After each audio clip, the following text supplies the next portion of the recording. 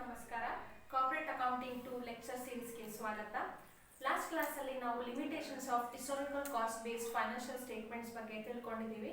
ಇವತ್ತಿನ ಸೆಷನಲ್ಲಿ ನಾವು ಹಿಸ್ಟಾರಿಕಲ್ ಕಾಸ್ಟ್ ಬೇಸ್ಡ್ ಫೈನಾನ್ಷಿಯಲ್ ಸ್ಟೇಟ್ಮೆಂಟ್ಸ್ನ ಪ್ರಿಪೇರ್ ಮಾಡಿ ಅದನ್ನು ನಾವು ಕರೆಂಟ್ ವ್ಯಾಲ್ಯೂಗೆ ಕನ್ವರ್ಟ್ ಮಾಡೋದು ಹೇಗೆ and what are the methods are there to convert the values of historical figures in the financial statements ಅನ್ನೋದ್ರ ಬಗ್ಗೆ ನೋಡೋಣ. So mainly there are two methods to show the financial statements at current values ಅಥವಾ price level ಚೇಂಜಸ್ಗೆ ತಕ್ಕಂತೆ financial statements ನಾವು prepare ಮಾಡಬೇಕು ಅಥವಾ ರೀಡ್ರಾಫ್ಟ್ ಮಾಡಬೇಕು from historical figures ಅಂತ ಹೇಳಿದ್ರೆ there are mainly two methods. So first one is current purchasing power method, and secondly current cost accounting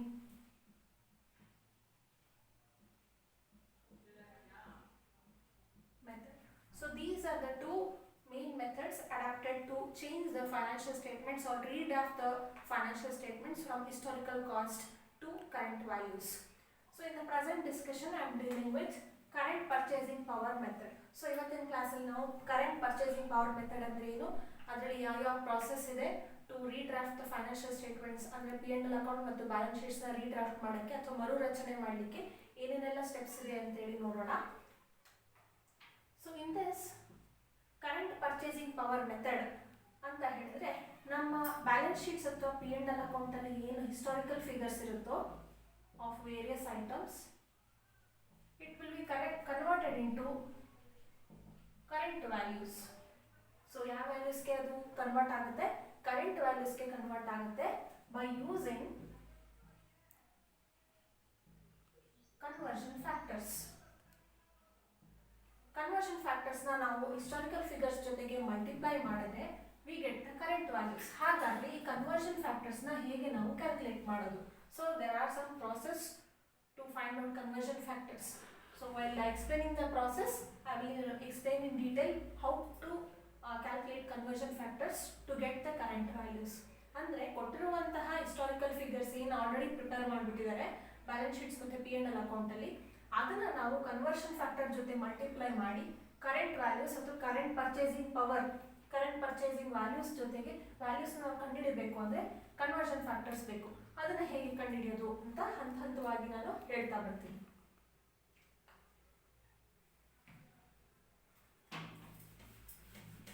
So as I told you earlier, there are some steps here. So what is the process ಅಂತ ಹೇಳಿದ್ರೆ ಮೊದಲನೇದಾಗಿ ನಾವು we have to identify ಅಥವಾ classify monetary and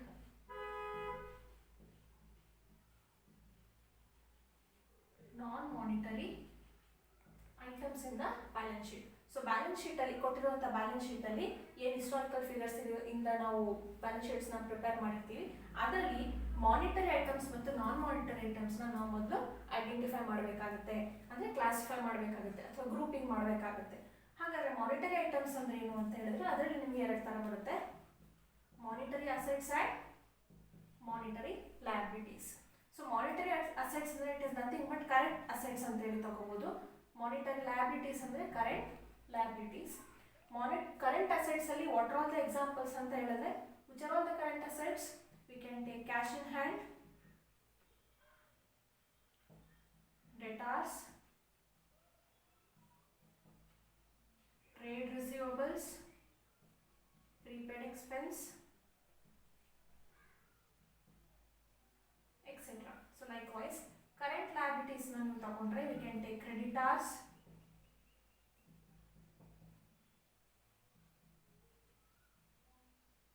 trade payables, short term loans and advances, etc. So ಇದಿಷ್ಟು ಈ items ನಾವು monetary items ಅಂತ ಹೇಳಿ ಕನ್ಸಿಡರ್ ಮಾಡ್ಕೋಬೇಕಾಗುತ್ತೆ. Then non-monetary items ಅಂದರೆ they are nothing but fixed assets and fixed liabilities ಅಥವಾ monetary assets and monetary liabilities ಅಂತೇಳಿ ತಗೋಬಹುದು. non-monetary assets and non-monetary liabilities. ರೀತಿ ನಾವು ಕ್ಲಾಸಿಫಿಕೇಶನ್ ಮಾಡ್ಕೋಬೇಕು ಅಂತ ಹೇಳಿದ್ರೆ, ಮಾನಿಟರಿ ಐಟಮ್ಸ್ ಯಾವಾಗಲೂ ಬ್ಯಾಲೆನ್ಸ್ ಶೀಟಲ್ಲಿ ಕರೆಂಟ್ ವ್ಯಾಲ್ಯೂಸ್ ಅಲ್ಲಿ ಇರುತ್ತೆ. ಸೊ ಕರೆಂಟ್ ವ್ಯಾಲ್ಯೂಸ್ ಅಂತ ಹೇಳಿದ್ರೆ ಏನು, current values are those values which result from the current year transactions. So current year ಟ್ರಾನ್ಸಾಕ್ಷನ್ಸ್ಗೆ ರಿಲೇಟೆಡ್ ಆಗಿ, ಕರೆಂಟ್ ಇಯರ್ ಡಾಟಾ ರಿಲೇಟೆಡ್ ಆಗಿ ಇರುವಂಥದ್ದು ಮಾನಿಟರಿ ಅಸೆಟ್ಸ್ ಮತ್ತು monetary liabilities. whereas non-monetary items are the results of past transactions. ಅಂದರೆ ಈಗಾಗಲೇ ನಾವು ಬಿಲ್ಡಿಂಗ್ನ purchase ಮಾಡಿರ್ತೀವಿ ಅಥವಾ ಮೆಷಿನರಿ ಅಥವಾ ಪ್ಲಾಂಟ್ನ ನಾವು ಪರ್ಚೇಸ್ ಮಾಡಿರ್ತೀವಿ, ಓಲ್ಡ್ ಫಿಗರ್ಸ್ ಇರುತ್ತೆ, ಅಂದರೆ ಹಿಸ್ಟಾರಿಕಲ್ ಫಿಗರ್ಸ್ ಇರುತ್ತೆ. ಬಟ್ ಮಾನಿಟರಿ ಐಟಮ್ಸ್ ಹಾಗಲ್ಲ, we will be having current values. But ನಮ್ಗೆ ಇಲ್ಲಿ ಮೇಜರ್ ಚೇಂಜಸ್ ಏನು ಮಾಡೋದಕ್ಕೆ ಏನು ಬರೋದಿಲ್ಲ ಮಾನಿಟರಿ ಐಟಮ್ಸಲ್ಲಿ. Only adjustments will do with the help of conversion factors. But non monetary ಐಟಮ್ಸ್ನ ಫುಲ್ಲಿ ರೀಸ್ಟೇಟ್ ಮಾಡಬೇಕಾಗುತ್ತೆ, ಯಾಕಂದರೆ ಪಾಸ್ಟ್ ಟ್ರಾನ್ಸಾಕ್ಷನ್ನ ರಿಸಲ್ಟ್ಸ್ ಆಗಿ ನಮಗೆ ನಾನ್ ಮಾನಿಟರಿ ಐಟಮ್ಸ್ ಇರುತ್ತೆ. ಅಂದರೆ ಫಿಗರ್ಸ್ ಎಲ್ಲವೂ ಕೂಡ ಹಿಸ್ಟಾರಿಕಲ್ ಫಿಗರ್ಸ್, 10 ವರ್ಷದಿಂದ ಪರ್ಚೇಸ್ ಮಾಡಿರೋ ಅಮೌಂಟು ಅಥವಾ 20 ವರ್ಷದಿಂದ ಪರ್ಚೇಸ್ ಮಾಡಿರೋ ಅಮೌಂಟ್ಸ್ ಎಲ್ಲ ಲಿಸ್ಟಲ್ಲಿ ಇರುತ್ತೆ. ಅಸೆಟ್ಸ್ ಮತ್ತು liabilities, fixed assets and fixed liabilities, ಅದನ್ನು ನಾವು ಫುಲ್ಲಿ ರೀಸ್ಟೇಟ್ ಮಾಡಬೇಕಾಗುತ್ತೆ. ಸೊ ಫಸ್ಟ್ ಈ ಕ್ಲಾಸಿಫಿಕೇಶನ್ ನಾವು ಮಾಡಬೇಕಾಗುತ್ತೆ. So next process,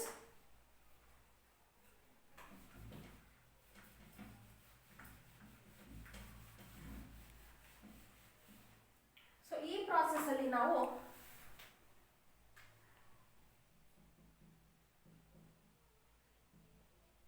process of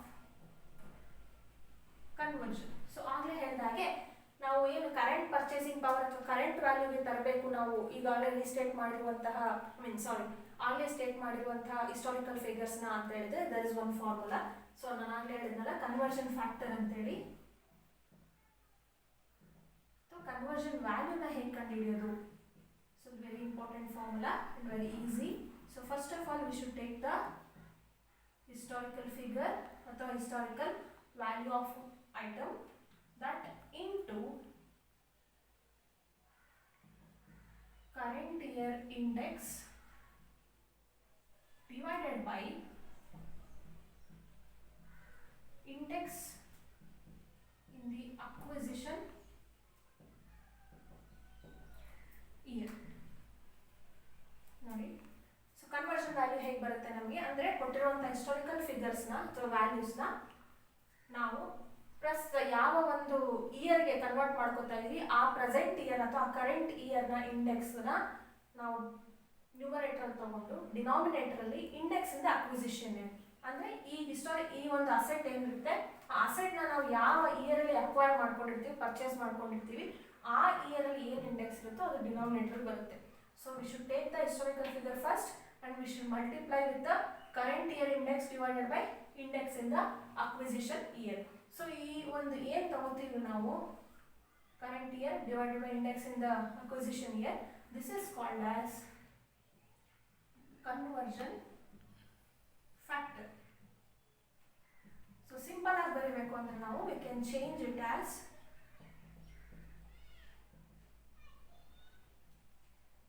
historical figure multiplied by conversion factor. So this gives the conversion value. Okay. So ಈ process ಆದ್ಮೇಲೆ what we should identify?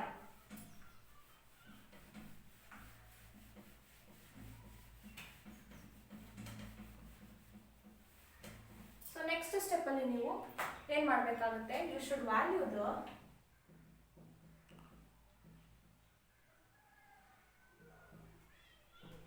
valuation of cost of sales and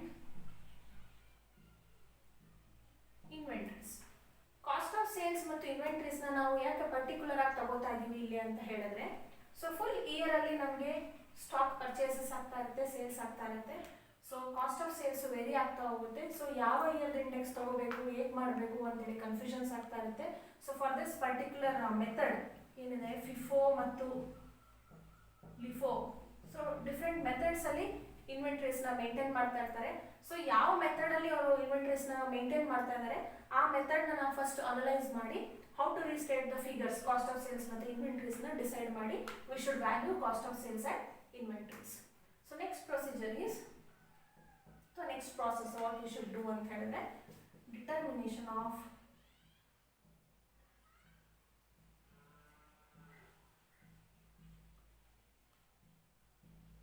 profits.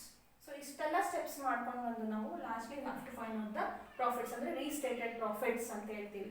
So price level ಚೇಂಜಸ್ನ ನಾವು ಗಣನೆಗೆ ತಗೊಳ್ದೇನೆ ಏನು ಪ್ರಾಫಿಟ್ಸ್ನ ಕಂಡುಹಿಡಿರ್ತೀವಿ with the use of historical figures, ಆ ಪ್ರಾಫಿಟ್ಸ್ನ ನಾವು ರೀಸ್ಟೇಟ್ ಮಾಡಬೇಕು. ರೀಸ್ಟೇಟ್ ಮಾಡೋದು ಅಂದರೆ ತಿರ್ಗಾ ನಾವು ಮರುರಚನೆ ಮಾಡಿ ಹೊಸ ಪ್ರಾಫಿಟ್ಸ್ನ ಕಂಡುಹಿಡಿಯುವಂಥದ್ದು. ಆ ಪ್ರಾಫಿಟ್ಸ್ನ ಕಂಡುಹಿಡಲಿಕ್ಕೆ ನಾನು ಹಿಂದೆ ಎಲ್ಲ ಏನೇನು ಸ್ಟೆಪ್ ಹೇಳಿದೆ ಆ ಸ್ಟೆಪ್ನೆಲ್ಲ ಫಾಲೋ ಮಾಡ್ಕೊಂಡು ಬಂದು we have to find out the profits. So ಇದರಲ್ಲಿ 2 ಮೆಥಡ್ಸ್ ಇದೆ. ಒಂದು ಇನ್ಕಮ್ ಕನ್ವರ್ಷನ್ ಮೆಥಡ್, ಇನ್ನೊಂದು ನೆಟ್ ಚೇಂಜ್ ಮೆಥಡ್ ಅಂತೇಳಿ. ಸೊ ಈ ಮೆಥಡ್ ಅಲ್ಲಿ ಏನು ಅಂತ ಹೇಳಿದ್ರೆ ಇನ್ಕಮ್ ಕನ್ವರ್ಷನ್ ಮೆಥಡ್ ಅಲ್ಲಿ ವಿ ರೀಸ್ಟೇಟ್ ಅಥವಾ ಲಾಭ ಮತ್ತು ನಷ್ಟ ಖಾತೆನ ಮರು ಪರಿಶೀಲನೆ ಮಾಡಿ ಅದನ್ನ ಮರುರಚನೆ ಮಾಡ್ತೀವಿ. ನೆಟ್ ಚೇಂಜ್ ಮೆಥಡ್ ಅಲ್ಲಿ ನಾವು ಬ್ಯಾಲೆನ್ಸ್ ಶೀಟ್ಸ್ ನ ರೀಸ್ಟೇಟ್ ಮಾಡ್ತೀವಿ. So the balance sheets as well as P&L account ಎರಡೂ ಕೂಡ ನೆಟ್ ಚೇಂಜ್ ಮೆಥಡ್ ಅಲ್ಲಿ ನಾವು ರೀಸ್ಟೇಟ್ ಮಾಡ್ತೀವಿ. ಏನ ಯೂಸ್ ಮಾಡಿಕೊಂಡು by using conversion factors to convert in to current values. So ಈ ಎಲ್ಲ ಏನು ಸ್ಟೆಪ್ಸ್ ಇದೆ. ಸೊ ಫಸ್ಟ್ ಒನ್ ನಾನು ಏನೇನು ಪ್ರಾಸೆಸ್ ಹೇಳಿದೆ,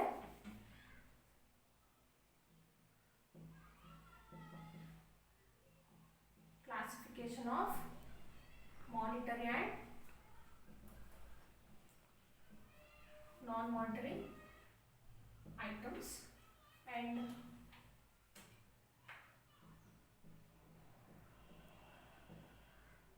conversion factor. So these 2 steps ನಾವು follow ಮಾಡಿ if we restate the financial statements to current values we will get the restated profits. So profits over state ಆಗಿದೆಯೋ ಏನು ಅಂತೇಳಿ ಇನ್ಫ್ಲೇಷನ್ಗೆ ಆಧಾರದಲ್ಲಿ ನಾವು will find out the profits by using current purchasing power method. So hope you all understood the process of current purchasing power method in inflation accounting. So in the next class I'll be dealing with some illustrations and we will solve those illustrations to learn how current purchasing power method is used to restate the financial statements as per to redraft to current values. Thank you.